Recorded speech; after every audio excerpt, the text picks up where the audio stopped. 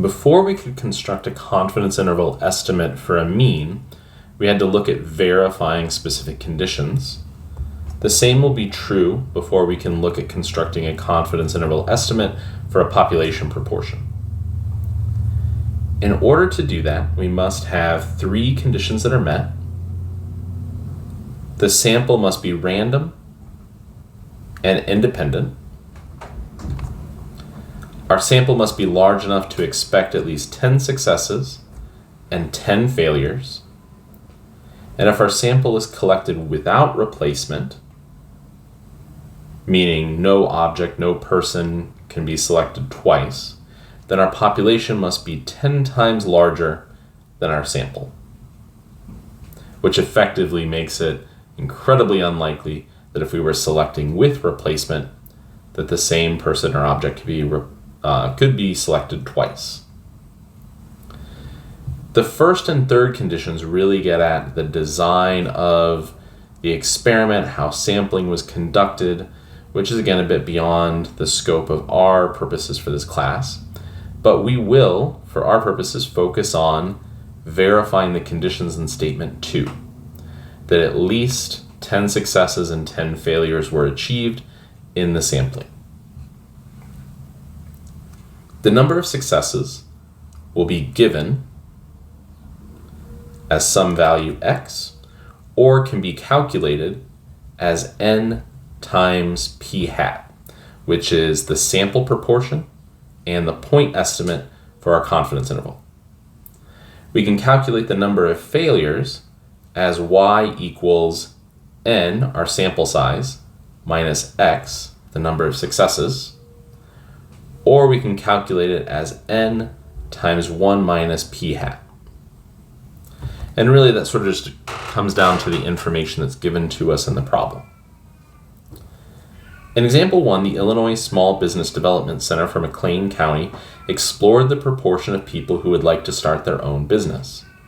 A survey of 321 people was conducted, and 98 replied yes when asked, "Do you have a desire to start your own business, or have you considered doing so? Are the conditions met to estimate the population proportion?"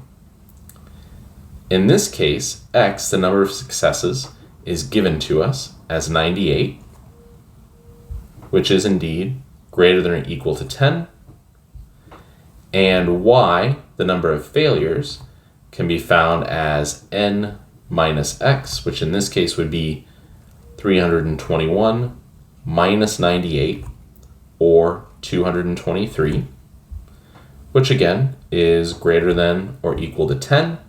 So yes, the sample was large enough.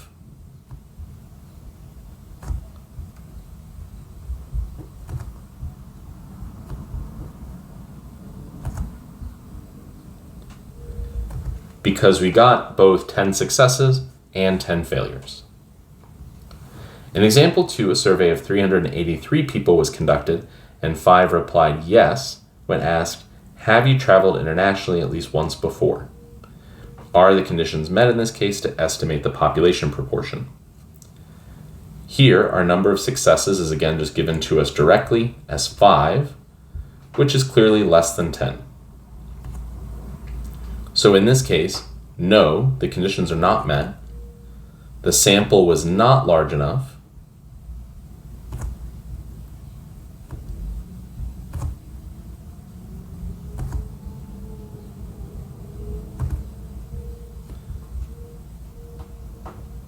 To capture at least 10 successes.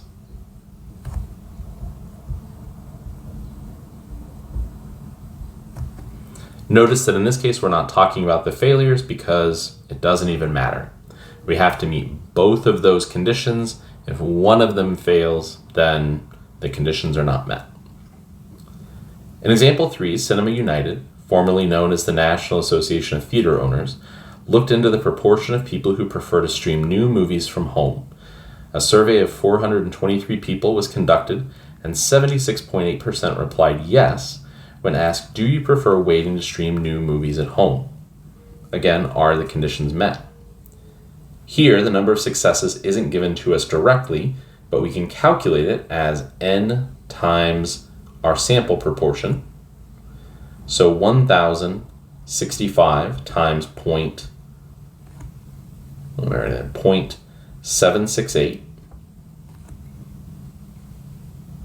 Oh no, I'm sorry. I was looking at the wrong information altogether there. This should be a sample size of 423 times 0.768, which would give us approximately 325 successes once we round that result to the nearest whole number.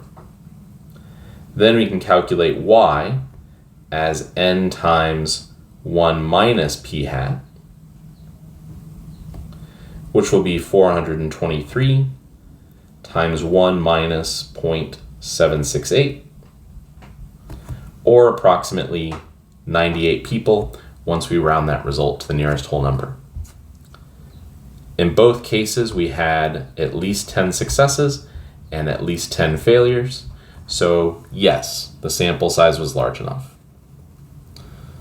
In example 4, we have a music label that wants to understand the proportion of people who prefer to buy vinyl albums. A survey of 1,065 people was conducted, and 17.6% replied yes when asked, do you prefer to purchase vinyl albums instead of or in addition to streaming music? Same question, are the conditions met? Here we would take 1,065 times 0.176 to get approximately 187 successes. And we would find our number of failures as 1,065 times 1 minus 0.176, or approximately 878 failures. Both values are greater than or equal to 10. So again, we can say that yes, the conditions were met, the sample was large enough.